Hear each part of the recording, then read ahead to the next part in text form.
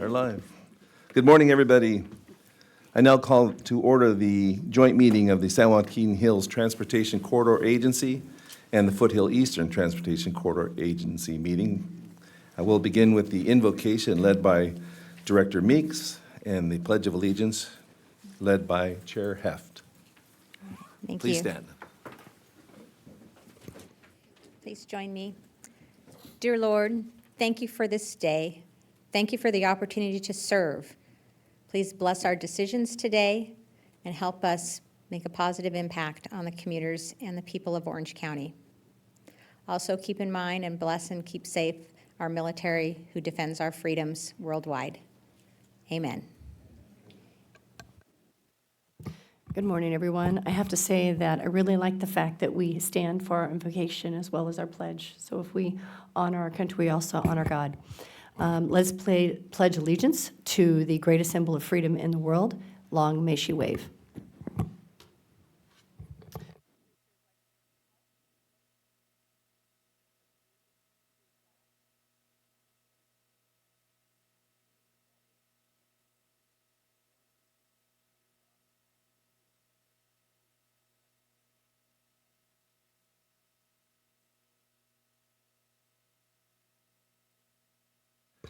Thank you very much. And now, Madam Clerk, would you please call the roll?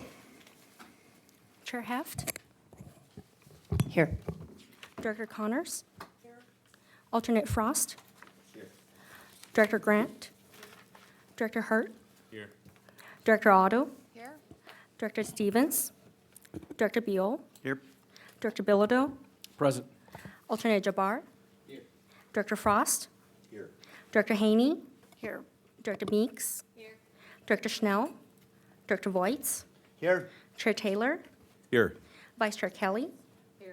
Vice Chair Panaloza. Present. Alternate Annis. Director Khan. Alternate Welch Foster. Director Zhao. We have quorum on both boards. Thank you. And now, do we have any public comments or anybody waiting to speak? There are no public comments. Okay, thank you. Then we'll proceed with the San Joaquin Hills consent calendar. Oh, before we do that, I'd please use your request to speak electronic device in front of you. That makes things very helpful. And why don't we just go with Director Connors? I just need to abstain on item 1 on the consent calendar because I wasn't at that meeting. Okay, thank you. So does anyone, any director want to pull an item to discuss for further discussion, or do we have a motion and a second from San Joaquin Hills? Trish Kelly moves. So we have a motion from Vice Chair Kelly and a second from Director Connors. All those in favor? Aye. Aye. Any opposed? That's unanimous. Moving on to the Foothill Board. Same speech. Does anybody want to pull an item? Items 1, 2, 4, 6 through 8. Seeing none, do we have a motion? I'll second. So we have a motion by Director Voits and a second by Vice Chair Penaloza. I'm just going to abstain on 1. Okay, and an abstention from alternate Jabbar. So we'll go on with the vote. All those in favor? Aye. Any opposition? That is also unanimous. Okay, we're moving very rapidly through this. I can't turn the pages fast enough. Okay, we're going to go to our first business item, item number 9, and that would be the 24191 Express Connector Traffic Modeling Support, and this will be a Foothill Eastern only item, and we're hearing a presentation today by Kelsey Anderson. So thank you very much. Good morning. I'm Kelsey Anderson, Engineering Department Corridor Manager. Today is a request for a $300,000 task order and a 10% contingency for Stantec Consulting to perform additional traffic modeling for the 24191 Express Connector. The item was unanimously recommended for approval by the 24191 Policies and Agreement Ad Hoc Committee on July 17th. In this presentation, I will briefly describe the recent operations progress with our partner agencies that's relevant to the traffic modeling. review the major milestone schedule for the project, summarize some previous traffic modeling that's been done to date, and describe the expected outcomes of the additional modeling that will support our further progress forward. Since January of this year, staff have made forward progress with our partner agencies, OCTA, RCTC, and Caltrans, arriving to consensus on the details of operating the Express Connector, including defining performance metrics and monitoring locations on the 91 that feed into the 91 express lanes that feed into the dynamic pricing algorithm, developing an HOV policy that improves the regional benefit of the project, and coming to consensus on a set of progressive demand management strategies. The intent of the progressive demand management strategies is to provide multiple tools to effectively manage demand, such that the expected traffic performance metrics within the 91 express lanes are achieved. These include dynamic pricing, which is expected on most days to control the demand on the connector, operating the toll connector meter, and occupancy-specific modes of HOV only and registered van pool and transit mode only mode. Staff from all agencies involved agree that the progressive demand management approach is appropriate, but additional traffic modeling is needed to confirm the expected performance of the approach. Our focus through the end of the year is to complete the traffic modeling for progressive demand management to provide the rates and volumes that would be expected for the opening of the Express Connector and forecasted revenue in future years. Understanding these results will then help us come to consensus on the final terms of the master and operating agreements by the end of the year. After completing these milestones, we'll be able to bring the master and operating agreements concurrently to the board in the first quarter of 2025, then leading into construction advertisement in the middle of 25, and begin construction by the end of next year. After a 3-year construction duration, the Express Connector will be open to traffic in late 25. Modeling work to date has been performed under several board-authorized contract authorizations over the past 10 years, totaling $3 million. The expenditure can be classified into 3 categories: traffic and revenue analysis, including the initial investment grade study and subsequent updates due to the passage of time and consideration of changes in operational scenarios. That accounts for about $1.7 million of expenditure. The second category is support for the environmental document and final design phases, which accounts for approximately $560,000. And finally, the more recent modeling of the project to answer operational scenario questions to ensure that the Express Connector and the express lanes work well together in the amount of $740,000. Each of these categories of expenditure are typical needs for project delivery on our system. The expenditures for this project reflect the effort necessary to assess the complexities and make sure everything works efficiently through the 3 tolled facilities operated by 3 toll operators within the state highway system.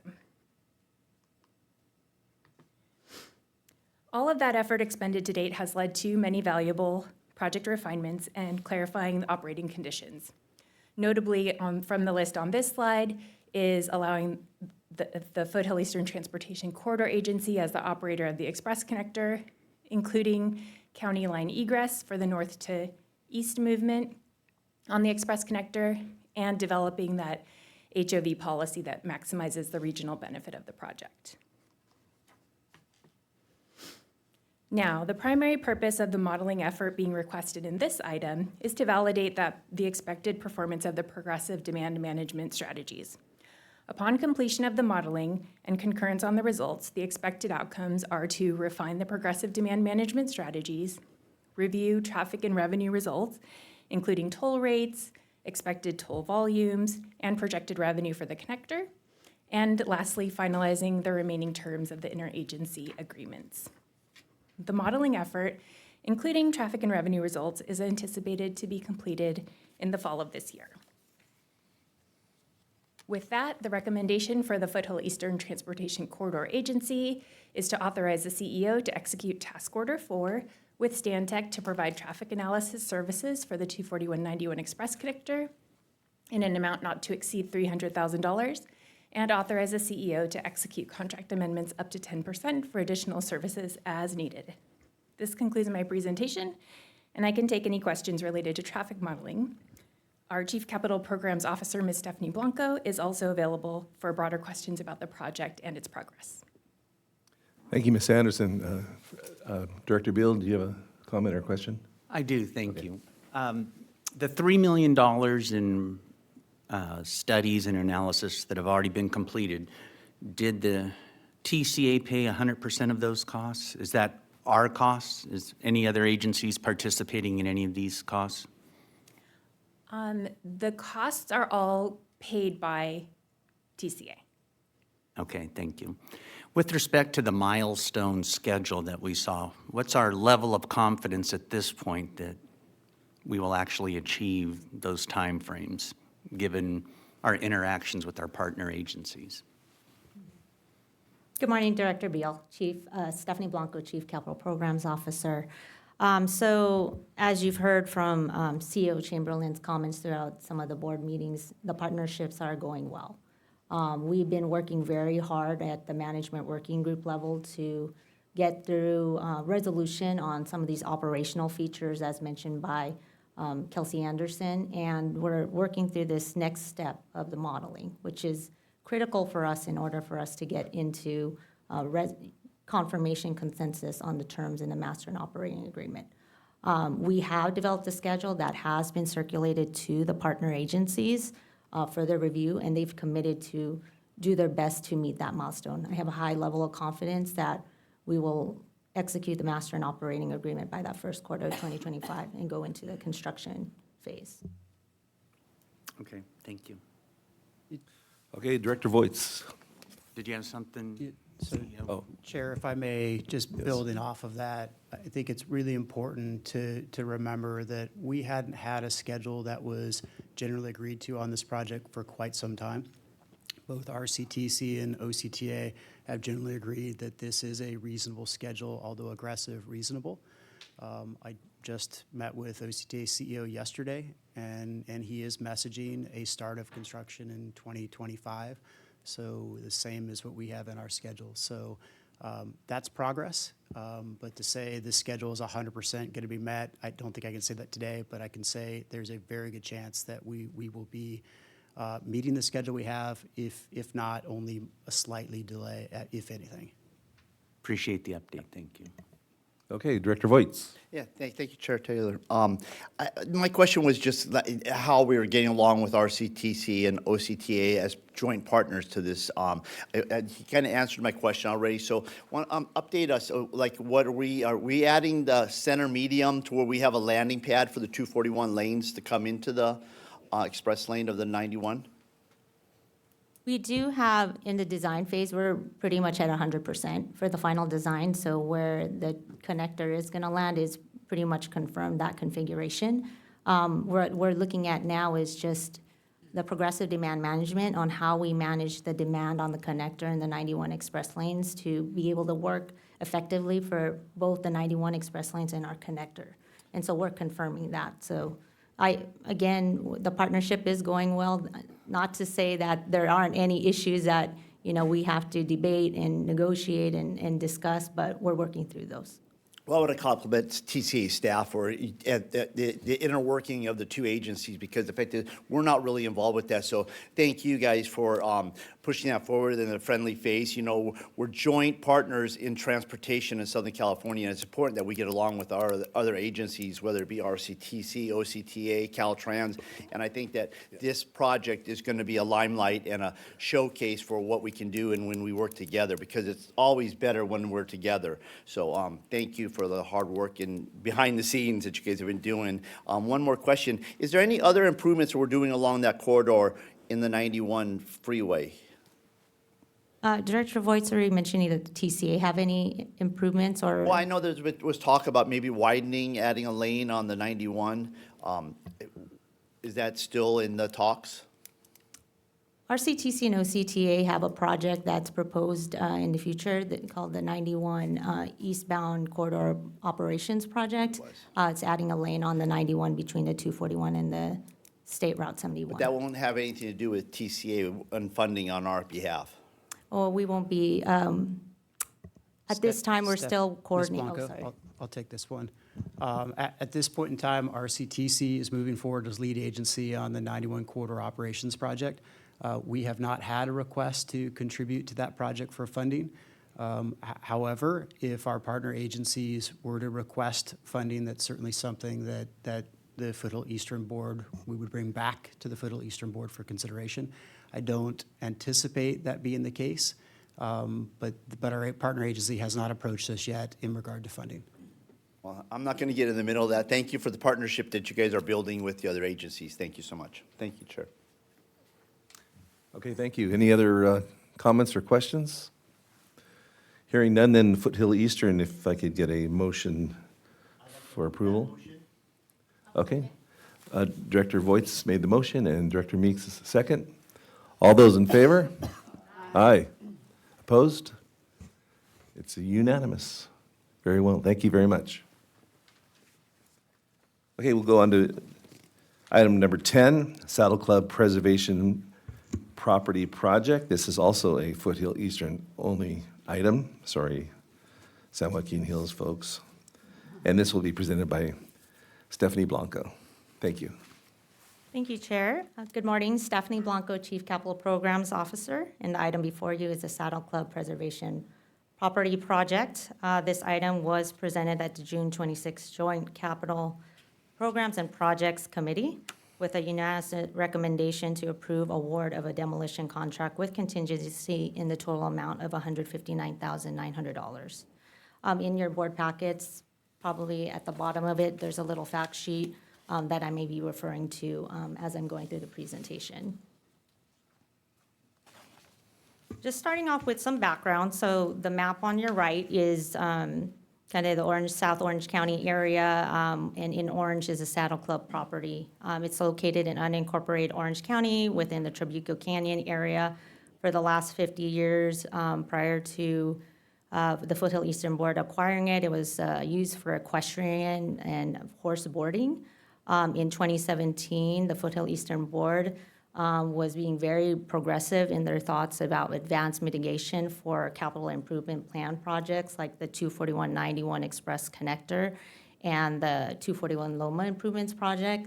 So they evaluated a variety of sites within Orange County for that advanced mitigation and settled upon Saddle Club because its proximity to a lot of natural open land space, as well as the potential to because it's nearby O'Neill Regional Park, a recreational area, the potential to have some connectivity for trail use. And so in 2017, the Foothill Eastern Board acquired the property. And then after that, there was a site plan and CEQA documentation that was all approved in 2022. And then most recently, staff has been working with the Orange County Public Works to obtain a site use plan approval, and that was obtained in June of this year. So this is a visual of the timeline that I've described, and so I just wanted to walk it through, and it's also in your fact sheet. Again, the Foothill Eastern Board purchased the property in 2017, which is fiscal year 18. Between that time to fiscal year 2022, the site use plan and CEQA documentation was developed and approved, and during that time, there was a lot of community outreach within Trabuco Canyon and the equestrian communities to get feedback on the proposed conservation work, as well as implementation of a recreational multi-use trail that includes hiking, biking, and equestrian day use. And based on a lot of the feedback, we've incorporated some of that feedback into the site use plan and, is part of the implementation plan for the Saddle Club Preservation Property. And so now we're here it's that gray box that says we are here. We're in the plan implementation stage. As I mentioned, we received the site development permit, and we're looking to award a demolition contract and implement demolition activities as the first phase of the site use plan. And then moving forward, we'll be developing and implementing a resource management plan that includes the details on the conservation activities, and then how we would implement the multi-use trail. So I wanted to talk a little bit about the site use plan. So that's also included as part of your board packet, if you want to reference it. And so the vision that's included as part of the site use plan is to provide a balance between conservation and recreation. And as you may be aware, the Foothill Eastern Board and TCA as a whole has restored and conserved over 2,000 acres of natural lands within Orange County. Due to the permit requirements that we have with the resource agencies, public access is limited on all of our conservation sites. And it's only limited, and only TCA staff and our associate biologists can lead those tours. And for those members of the public, and for those of you that have been part of either the spring tour or the director tours, you've been able to see the hard work and the efforts that the TCA staff and our consultants have put in to restore, conserve, and maintain these properties in perpetuity. And so the thought with the site use plan for Saddle Club is to restore and conserve the sensitive habitat that's on that site, and then provide an opportunity to access the site, to show that conservation areas and recreational activities can coexist. Again, this is a testament of TCA's innovative and progressive approach to delivering environmental initiatives.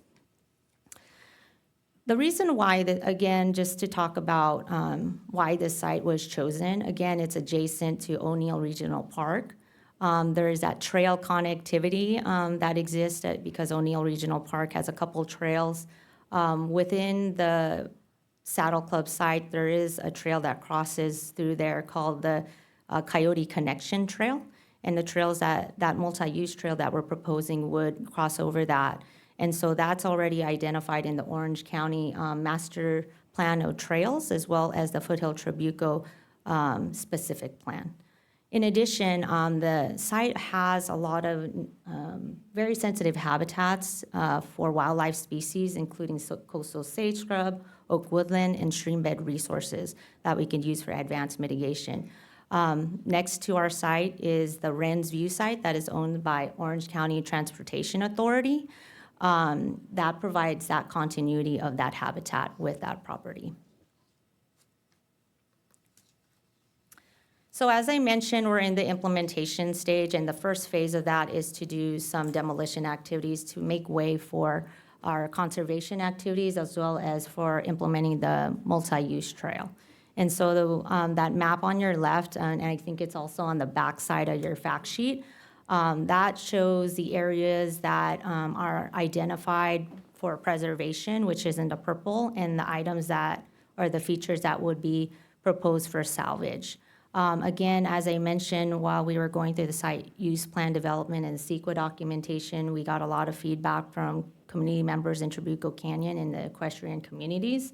And so based on some of that feedback and our staff recommendations, the purple, which is those top photos there, it's proposed to preserve that water tank that's on top of the hill, a number of the horse ties that will be for dual use when we, for historical integrity, as well as being potential use when there's equestrian day use on the trail. And then lastly is this shade structure that was formerly used for hay storage. That's identified for preservation. And then for salvage, which again is the yellow, there's 3 areas that were identified as the best for salvaging, and that would mean that those structures would be dismantled in an appropriate way, organized, and then transported to the Equestrian Trails Incorporated site, which is just a short way from Saddle Club, so that the community could pick those items up. And so those items that are identified, or those features, include some of the pipe corrals and some of the stables and some of the arenas that are identified in yellow.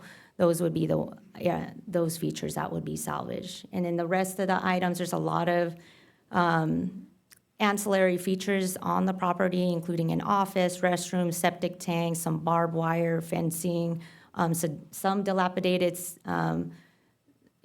corrals and the like that will be removed as part of the demolition activities. So on to the request here, which is a contract for demolition services. And so the scope, again, is to include the demolition of the structures that are on the property, with the exception of those features that will be preserved and salvaged, and then we'll include some site cleanup. The invitation for bids was issued in March of this year.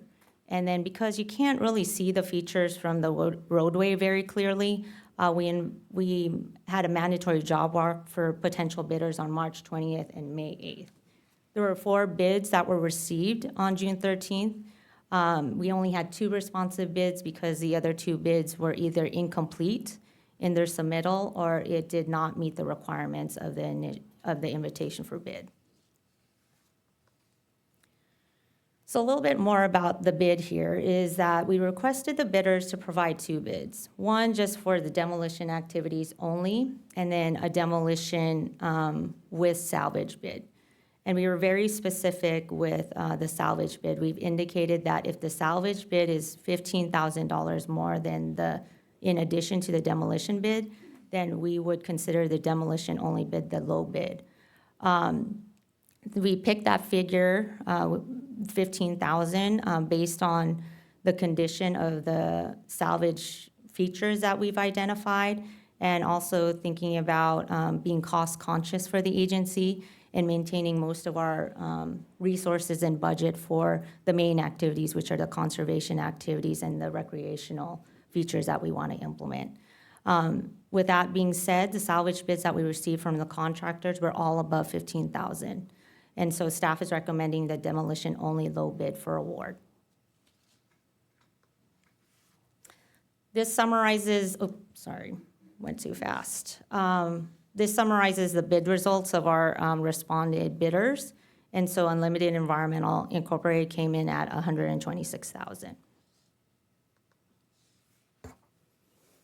This table summarizes a contingency and the total contract authorization that is being requested today. So the first line, it identifies a low bid at $126,000, and then a contingency in the amount of $33,900. That assumes that there's a 15% contingency. We do not have, and the reason for that is because we don't have any as-built of the features that are on there, especially for some underground features that may be there, like septic tanks. And so that's to cover any unknown unknowns. And then we've included a budget of $15,000 for some limited salvage for those features that were identified in the map provided. And so the total contract authorization that we're requesting today is $159,900. For the demolition schedule, if the approves a contract for today, notice to proceed would occur this month, mobilization would occur thereafter through September, and the demolition would occur over a couple weeks between September, October, and closeout activities would be completed by the end of the year. Looking forward for our overall schedule for the property, so we would complete demolition by the end of the year. We're in the midst of preparing our resource management plan for approval, and that'll occur through the end of this fiscal year. And then if we have all the proper approvals, we would implement the resource management plan thereafter, as well as at the same time design and construct the multi-use trail. And then we would have the trail open to the public as early as fall 2026. So this item is for the Foothill Eastern Board approval only. First, to authorize the CEO to execute contract number K001262 with Unlimited Environmental Incorporated for the Saddle Club Preservation Property demolition and installation services in the amount of $126,000. Secondly, to authorize the CEO to execute contract amendments up to $33,900 for additional services, including salvage activities as needed. That concludes my presentation, and I'm open to answering any questions you may have. Thank you, Ms. Blanco. We have Chair Heft with a question. Yes, thank you for your presentation. I know that we discussed the salvage component quite a lot, and I just wanted to make sure I was clear on this. One of the things I think I'd asked CEO Chamberlain was that within the salvage, we want to make sure it's something where, I think you mentioned, we're giving it back to the equestrian groups, nobody's going to sell it or anything and make a profit off of it. So we're just giving it straight back. We are going to do some salvage, correct? Because I know it said low bid, don't include salvage, but then the salvage was included at the end. So I just want to make sure I'm clear what we're doing, especially with these particular structures. Understood, Chair Heff. We've included that budget of 15,000 as part of the overall contract authorization. It's all within that contingency, and so we would work with the contractor to, figure out what can be actually salvaged out of those 3 features that we've identified. So I think that's the intent. And to your first question about these features, these salvage materials being available to the equestrian communities, we have been having a running list of equestrian community members that are very interested in when these materials will be available. And we work very closely, including Doug Faramango of our team, with Equestrian Trails Incorporated to identify, we'll have the contractor transport these materials to your site and then notify these interested parties so that they can take the material. So, I think that's the appropriate approach. And again, most of the members, all of the members that we've identified on the list are part of that equestrian community. Yeah, and that's really good to know, because I was part of the tour, and I think even if it costs a little bit more, you're giving back to the community. These are things they would have to purchase. This is something that's going to benefit the equestrian community, and I think that's what we need to do. That's the right thing to do. All right, thank you. Okay, we have a few people in line here, so Director Haney. Thank you, Chair. So I know that there's a lot of concern with the equestrian community that the places to board and ride horses are dwindling in Orange County. And so is there a plan to, in the future, reincorporate more boarding or stall facilities?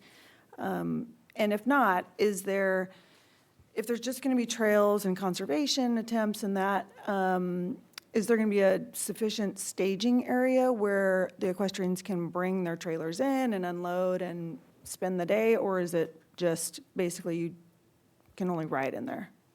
As part of our, thank you, Director Haney, as part of our resource management plan development, and we did get some of that kind of input when we were developing the site use plan, definitely for equestrian day use, we want to be making it accommodating for those that want to use it during the day, so there will be some parking for if they want to have trailers there, and then we have the horse ties for the horses. Related to your question about horse boarding, it makes it challenging in terms of, being able to have that conservation component there. We want to, again, this is for advanced mitigation, but we wanted to provide that component of that recreational trail, which is multi-use, not just hiking and biking, but also that equestrian use. So that's still the intent.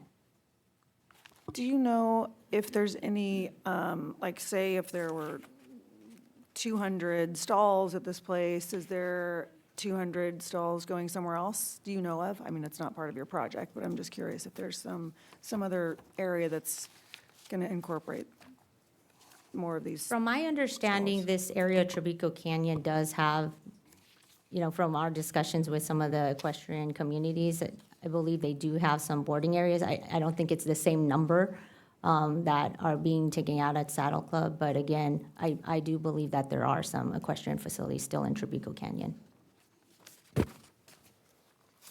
Thank you. Director Voits. Yes, thank you, Chair.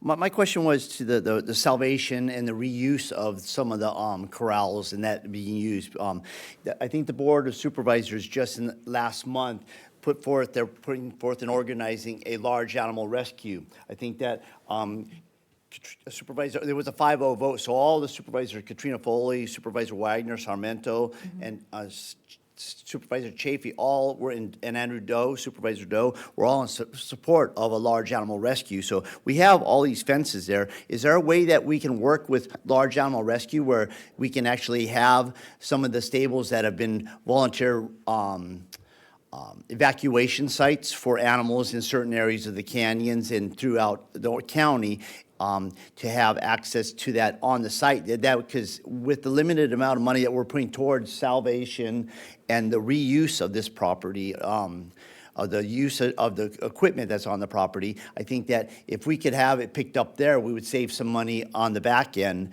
and that $15,000 would go farther.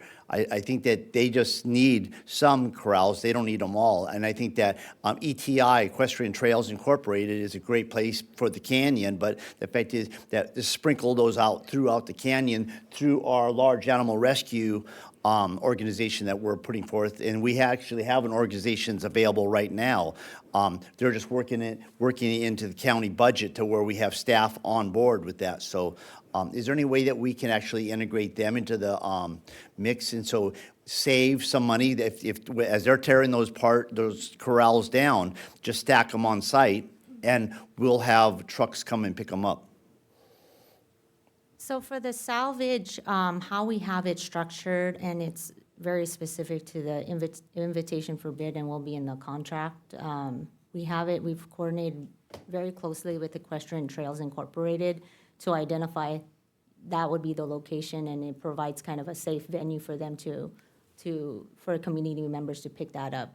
Just to give you some context, there have been some discussions about when we were preparing the site use plan and CEQA documentation is utilizing the property for emergency equestrian and rescue of animals. And what the challenge was is that because it's a very enclosed area. And I'm not asking, we're not asking, if that's a high fire, we're not asking for the equestrian center to be an evacuation site. We have other sites that are planned for future evacuations, but we need the corrals. And the fact that with $15,000, when we did the site visit, anything beyond the $15,000 is trash, because the fact is that right now we don't have it in the budget beyond $15,000. So when the $15,000, all those extra corrals are going to the dump or recycling.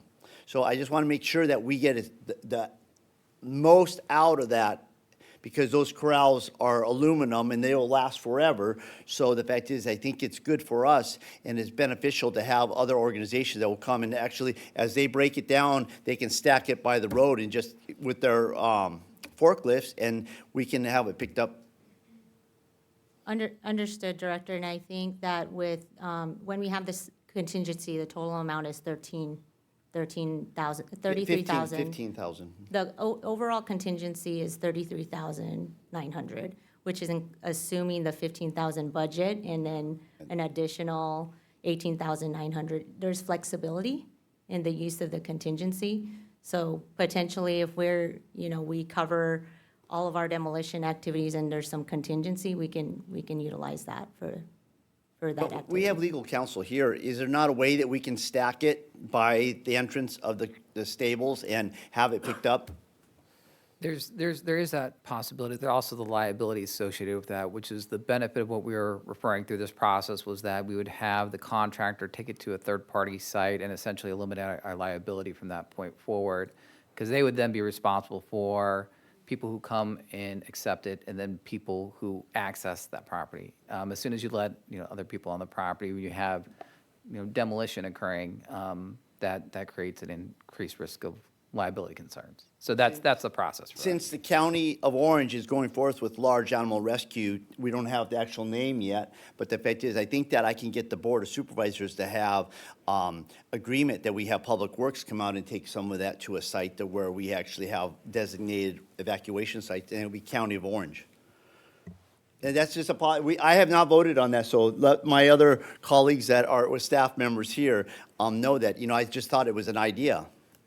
Director Voigt, so I'll build off of what Ms. Blanco and Mr. Rubin have already said. The preference of staff is to have our contractor, who's bonded and insured, to take the material off-site and drop it off to a third party that would give the material away for free to whomever wants it, for whatever purpose. All right. Okay? Good. And the real rationale or two is we need to negotiate what we can get our contractors to do related to salvage. As Ms. Blanco said, we targeted $15,000, but we do have other contingency in the budget if it's remaining, if we didn't find underground storage tanks that are problematic, we could do additional salvage in those negotiations. So But there's a again, we're trying to reduce possibility. the agency's liability, and we don't want private individuals on site in case they injure themselves. Actually, we made an offer that would go down another road, but we'll come back to that. Thank you for that, and I'm good with that. I just don't want, because the fact is the equestrian community has high costs because of the cost of horses, the cost of vets, the cost of feed, and the fact that anything we can do to help actually a dying sport in the county of Orange, which is equestrian, I think that it would be a beneficial to the county, and so that's my urgency and my passion for that. But back to the site use, the Coyote Trail, would that be something that's got gates on it, or would that be an open trail that goes through?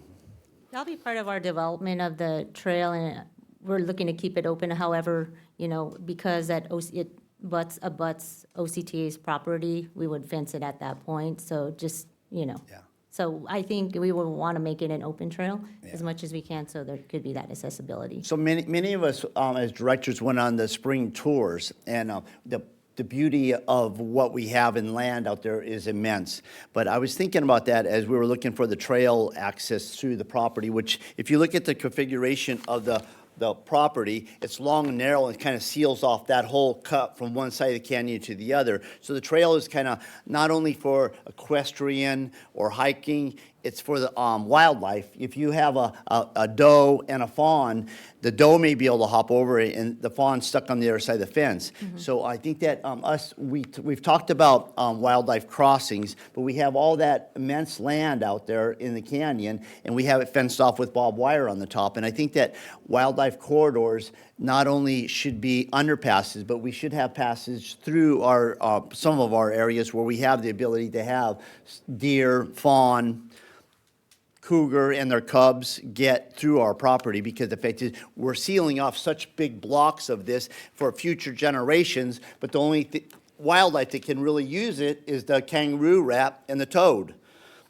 So I think that it would be beneficial to the wildlife of Orange County if we look at that in future discussion. And so I just throw it out there for discussion. And I'm excited about the reuse of the property. I'm thankful that TCA is once again a leader in pushing forth the use of the property, that's mitigation property for future generations and generations today. So thank you. Thank you, Director Voits, and we have next in line is Vice Chair Penaloza. Did you have a comment or question? Yeah, thank you, Chair Taylor. The only question I had, and thank you for the presentation, Ms. Blanco, was just some clarity on the authorization for the contract amendments, because I know that in the previous item, it had 10% listed and the amount, but this one says authorize the CO to execute contract amendments up to $33,900 for additional services. Now, is that amount for each amendment that you would allow yourself, or is it just total and there's a cap on that amount?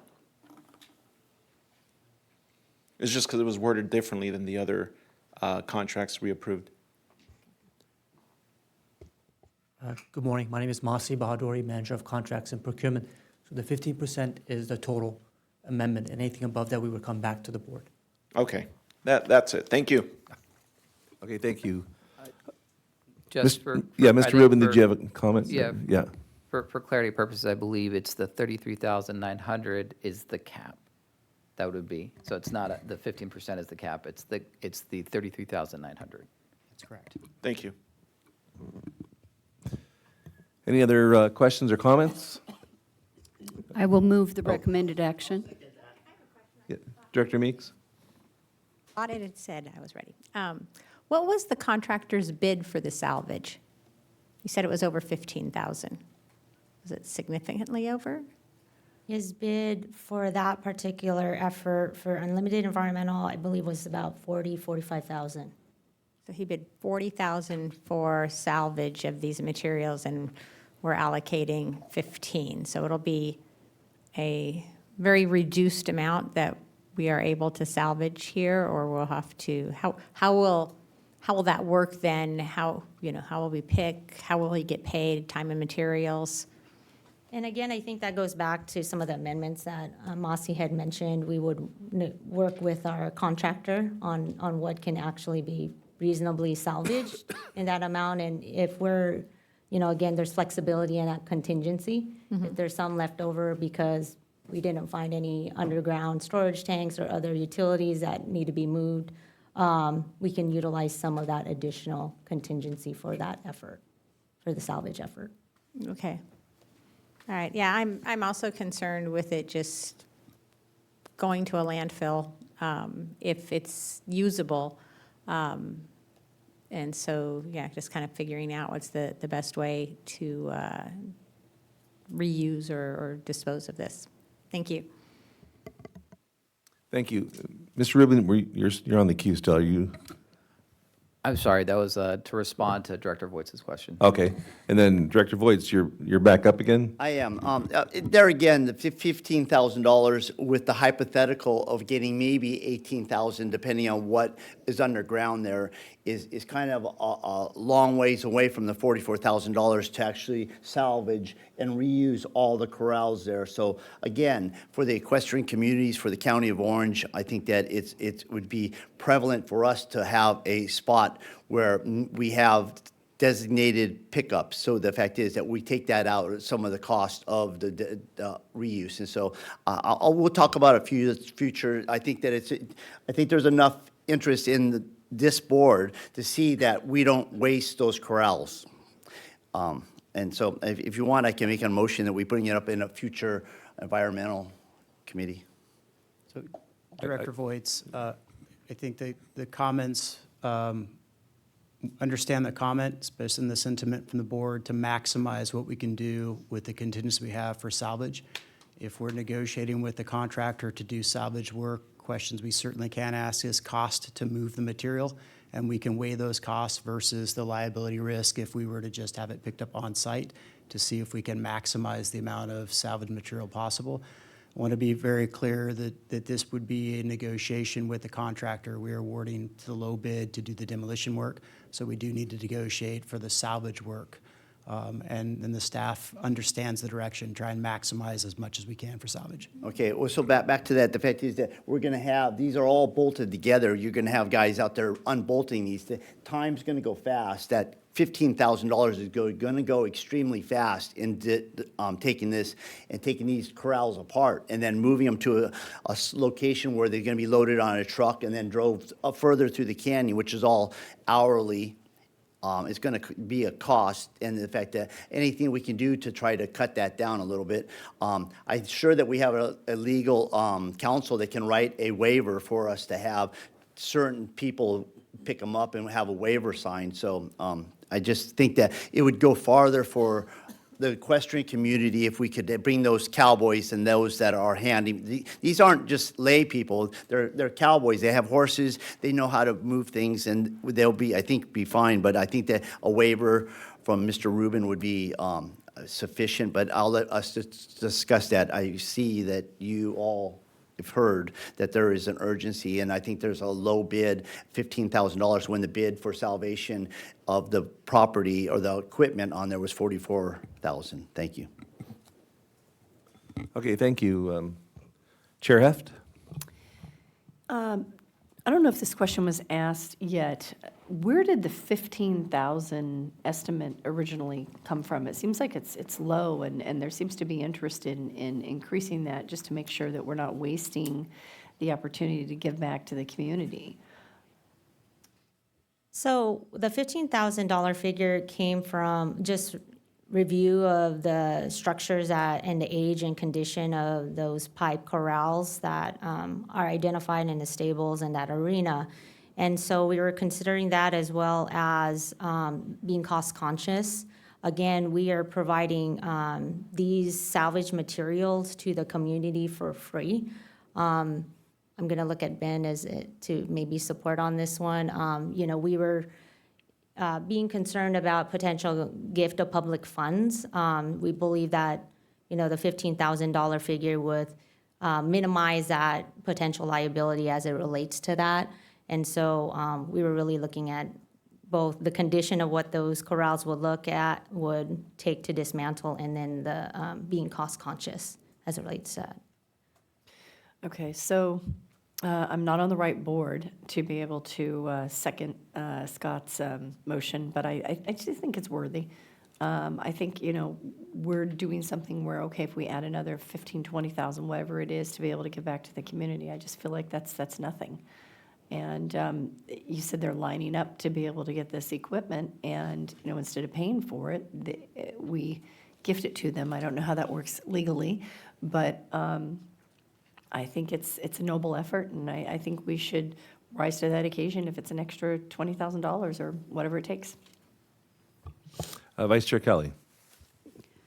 Yes, I would think this is something that you could bring back to us at a future date if you did question that there may be merit in, or that maybe additional funding might be needed to get to where we're hearing this direction this morning. But I'm fine with the motion as is now, and feel like this is something we should move forward and then have you come back if you see opportunity or need for additional funding. With that comment, would there be an option to increase the amount for the salvage? So, Or do we have to go back to rebid? currently, the staff recommendation is to award to the low bidder. We have flexibility in the contingency, both the 15% true contingency and the salvage dollar amounts. Hearing loud and clear, the direction is for staff to negotiate the best we can to maximize the amount of salvage material. Certainly, in the event that we come to an arrangement for maximizing that salvage, and we need additional contingency if there are other things that materialize as the demo work is happening, like underground tank, for example, we do have an opportunity to come back to the board for supplemental for the contingency if needed. However, I do believe staff can do a very good job negotiating with the contractor to maximize within the budget you see in front of you today. Okay. Director Voits. Mr. Chair, I just think I'm going to ask our CEO, would you like me to make a motion or just ask for consensus to bring this to the environment so we just keep this alive? Because if we have legal counsel that can actually write up a waiver, that we could have some of the equestrian community pick it up on site, we don't have to transport it. And I think that transportation is going to take the majority of that $15,000 right off the table. So the construction is what I used to do. I know that we have Chair Taylor that was in construction. That's going to go faster than you can even imagine. And we have a lot of corrals out there. So consensus to bring it back? So my preference is to not bring it back respectfully. I think we would have some risk in delaying and awarding this contract. And the worst case scenario would be that we lose a contractor or both contractors in this case because we didn't execute in a timely manner. Again, my preference here would be to allow staff to do the job that we need to do negotiating for the demolition work. We can certainly work with General Counsel and Mr. Rubin. If the cost to move the material is exorbitantly high, we certainly can explore that option with the contractor to disassemble, to take apart the material, leave it on site, and see what cost savings we might have, and how do we shield some risk in doing so, which might include a waiver of some sort. Yeah, But I would ask the board to allow staff to negotiate with the contractor, see what we can do in maximizing what we have, recognizing there might be options, and if additional contingency might be needed, we would need to come back for supplemental authority. Okay, so, but I think we have, if I ask for consensus, I think I have it. So I'll hold back and let staff maneuver this one. Thank you, Stephanie. Thank you. Okay, so we have a motion by Vice Chair Kelly. She moved already, and you seconded, Director Voits. Any other comments on this? I think the loud and clear is we want to try to salvage as much of this for the equestrian community as possible. So whatever you can do, I know you'll We'll do your We'll best. negotiate Yeah. hard to make sure that we get the most out of it. Very Yes. good, yeah. No problem. Okay, thank you. Foothill Board, all those in favor? Aye. Aye. Anybody opposed? Okay, that passes unanimously. Thank you for that discussion, and the equestrians certainly need as much help as they can get in this day and age, so.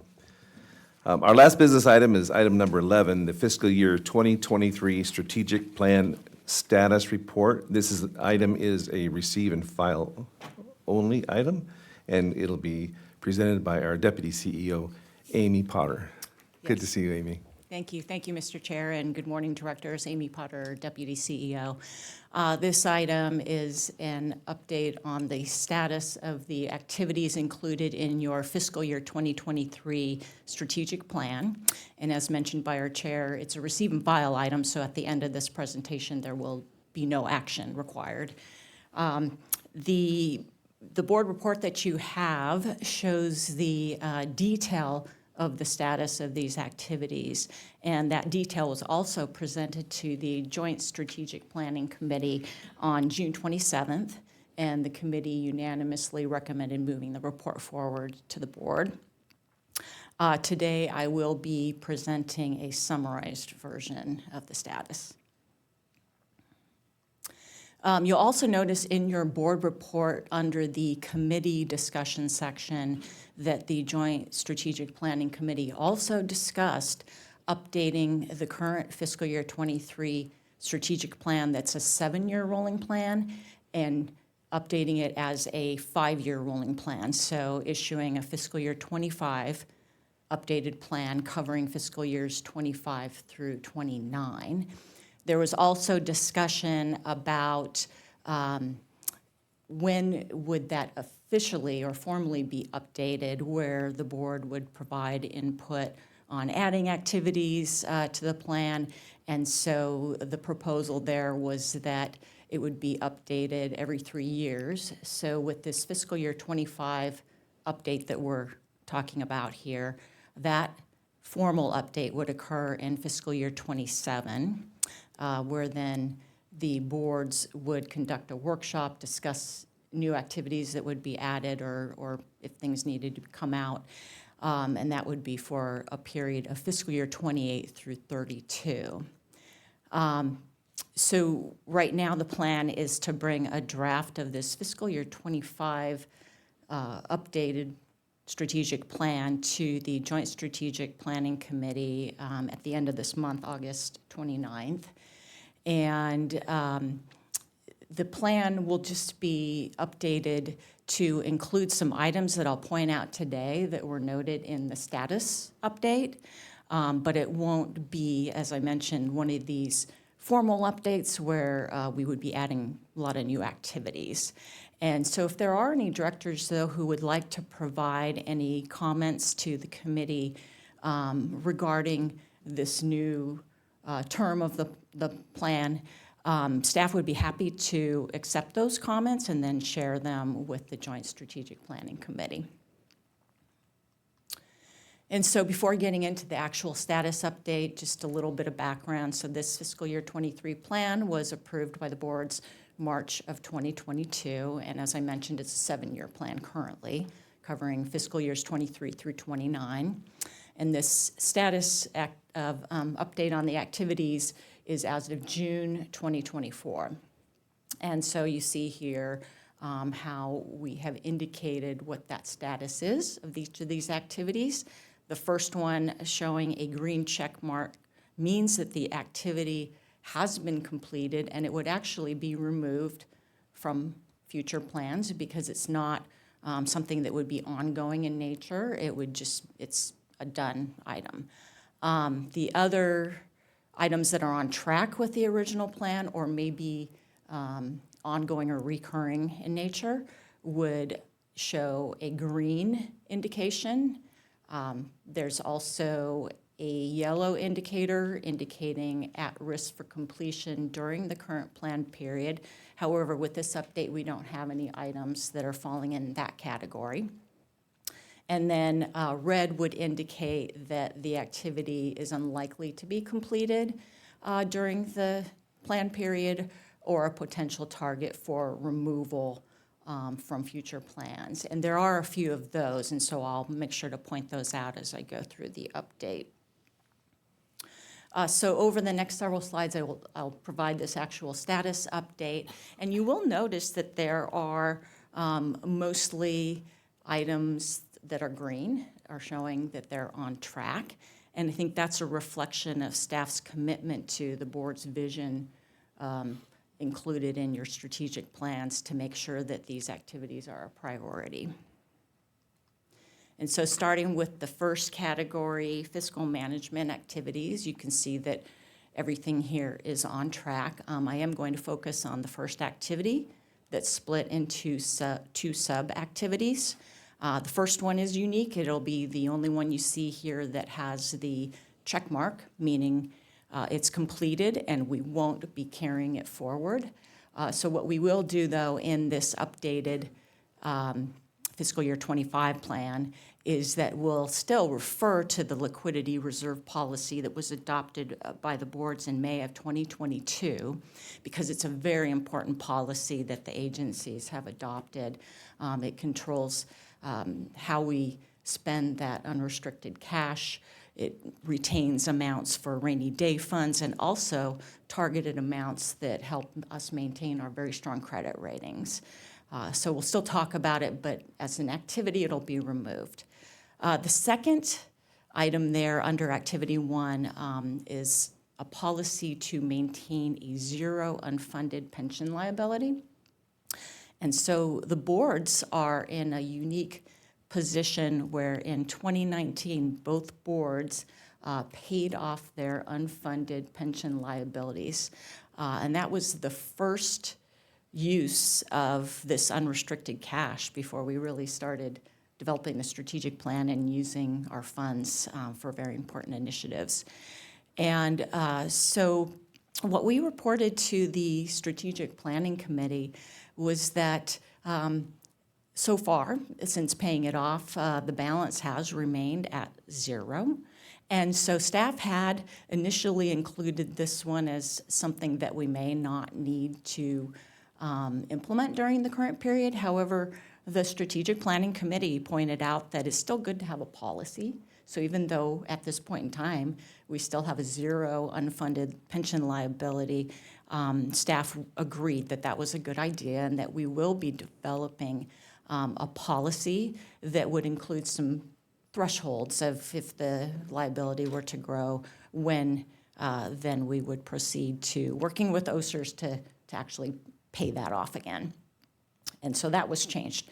And as you see here, all the other items, these have all actually been completed, but they're ongoing in nature, so that's why they're just showing green without a check mark. The next category, environmental stewardship activities, you can see that these are all green as well. Just make a couple of notes here on the first activity. That is regarding the management of the agency's 17 mitigation sites covering 2,100 acres, and that is definitely on track. And then the item number 2, we just had a lot of discussion about that. That was what was just presented by our Chief Capital Programs Officer, and so you can see that that is well underway as well. Next category, customer service activities. These are also all on track, as indicated by green. And just to point out 2 items here. The first one, number 4, reevaluate plan facility improvements. So, excuse me, prior to the COVID pandemic, the boards had approved a plan to update the customer service facilities within this building and some other features as well, but it was really focused mainly on the customer service activities. And after the pandemic, our customer service contractor really started using more of a hybrid approach, and so they do have some remote workers now. And so staff took a look at the need for really focusing on customer service, and instead looked at the greater need for this building to be updated, just to give it an overall rehab. And so we will still continue with this item, but in this fiscal year 25 update, we'll be moving it to the capital programs and facilities area, and it'll show that what we're looking at here is now more of an overall focus for the entire building, and that would then be brought forward within the strategic plan year as something for you to consider. And then the last item there, expanded public partnerships. I just wanted to mention there, you're all aware of our partnership with the San Bernardino County Transportation Authority, where also known as SBCTA, and that's where TCA will be providing a back office service and customer service function, processing all of the transactions for the San Bernardino County Transportation Authority when they open, which is very imminent here. And so we're all ready to do that, and this is already proven to be advantageous for all entities, because TCA is able to use its expertise and its scalable systems to provide these services and reduce our own costs by doing so. And also, of course, to SBCTA, not having to build their own back office system and provide a customer service function, reduce their costs, and allows them to open their facility. And then this one, tolling technology activities. You do see there are 2 red items here. And the first one is number 3, where you see Bluetooth beacons. And really the emphasis there was to do a pilot where we would have Bluetooth beacons out on the road that would then work with our app to let customers who don't have an account or provide them with another option to pay. However, based on our preliminary research, that technology really isn't ready at this point in time. So we are moving that out to a future plan period if and when that becomes available and still makes sense for the agencies. And then the last item, number 6 there, you see that's pricing strategies, and really the emphasis there was to look at a trip-based pricing system for the entire system, and that would potentially provide more value on certain locations. However, changing the entire pricing system would be very, or add a significant amount of risk. And so staff has proposed redirecting this initiative. And so even though it's shown as we're moving this one out, but we would be adding something in place of it, where we would take more of a targeted approach to look at specific locations that have been brought to our attention, mainly on the San Joaquin Hills on the 73, to see if there's something we can do there to add more value, and also looking at expanding our marketing programs that would also potentially help with that. And then under communications and public engagement activities, these are all on track. However, the first item, we have shifted the focus of that. In the strategic plan, it talks about rebranding TCA.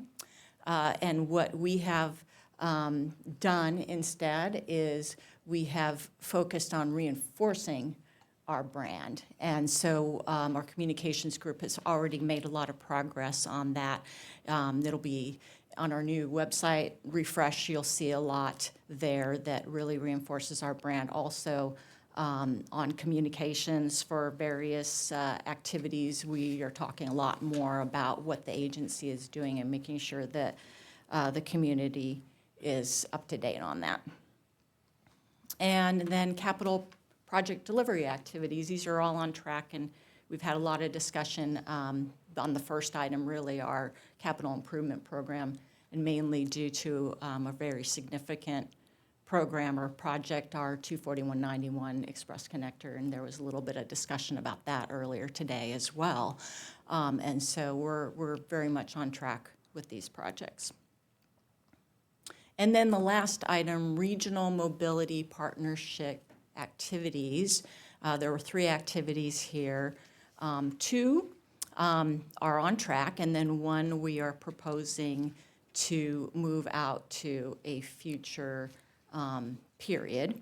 And so the first and third items really relate to the agency working with or engaging with implementing lead agencies, so other agencies who may have a project that connects directly into our system or impacts our system, or something that benefits our system that we may want to even contribute funding to.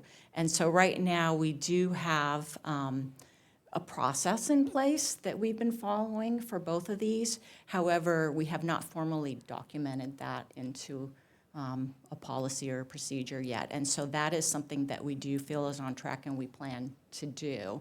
The second item, the intent of that was to potentially augment other funding sources to assist in delivering projects, and really to ensure there, though, that our participation does not supersede or diminish those other funding sources. And when this was first presented, the directors had a lot of input saying, we're not really sure we're ready for this activity. So that's how it's documented currently in your strategic plan. There was direction to staff to prepare ourselves potentially to do this, but not to actually implement something that would take the agencies down that path. And so since it was a little ambiguous, that's why we propose now to just move it out until a future time, if and when the boards decide that that's something that we should pursue.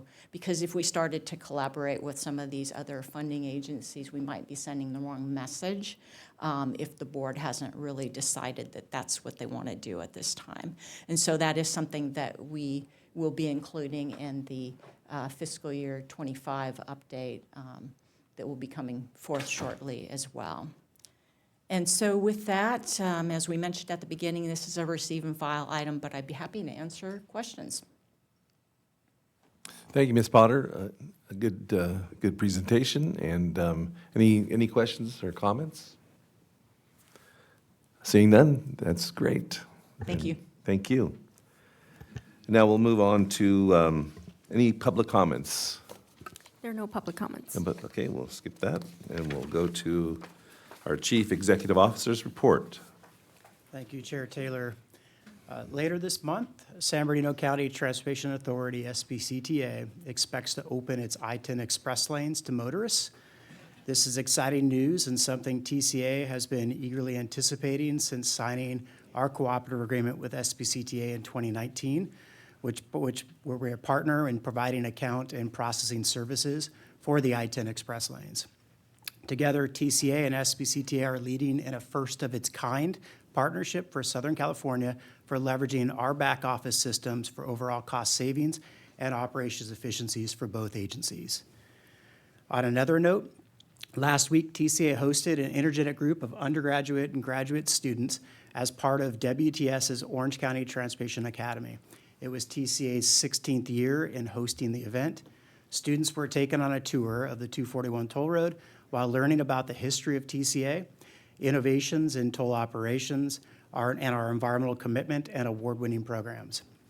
The session wrapped up with an interactive panel discussion with students and TCA senior staff. A goal of this day was to give students a sense of what working in the transportation industry has to offer for them, and for them to ask questions of transportation leaders on their career journey in our industry. Why is this important to TCA?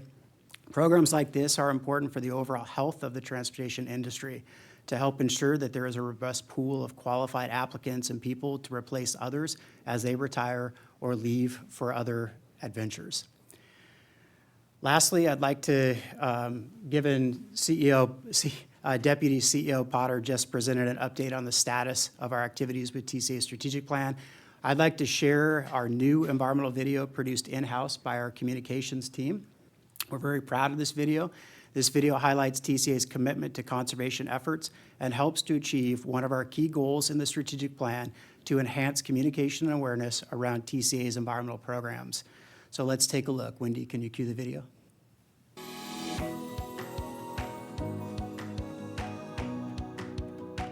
The transportation corridor agencies do more than operate the toll roads.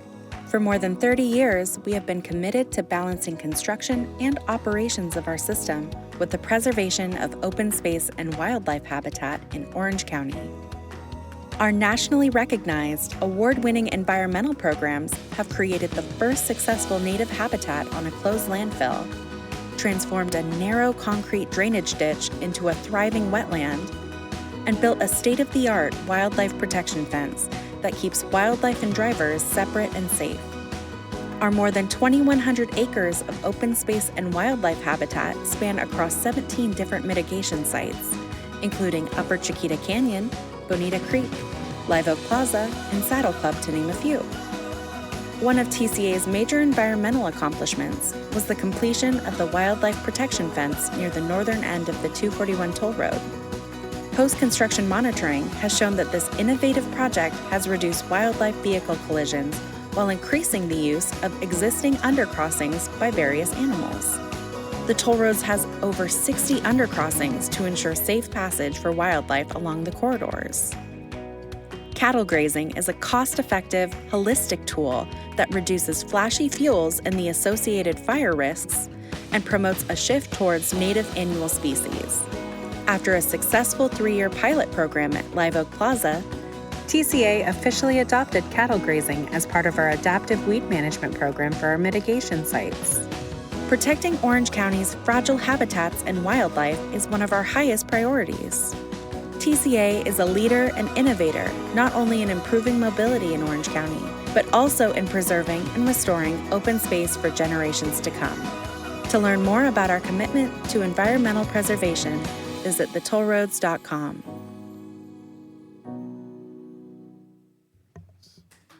Yes. Thank you, Chair. That completes my updates. Thank you. Chair Heft, do you have anything, comments? Nothing at this time. Okay, then we will move on to, before we go to close, we have a closed session today, if you, which will be in the committee room.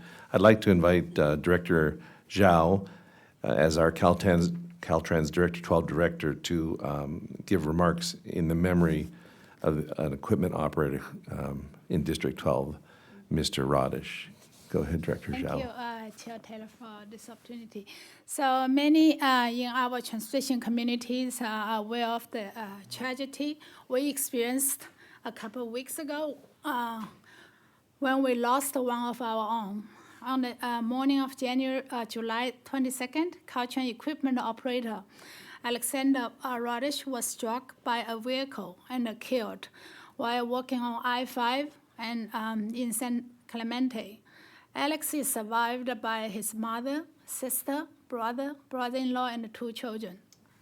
Since joining Caltrans in 2021, Alex was known as a dedicated public servant who consistently demonstrated a commitment to positively impacting the communities he served and the teams he worked with.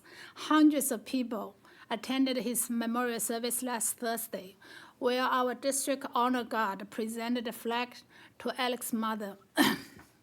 Unfortunately, this is not an isolated event.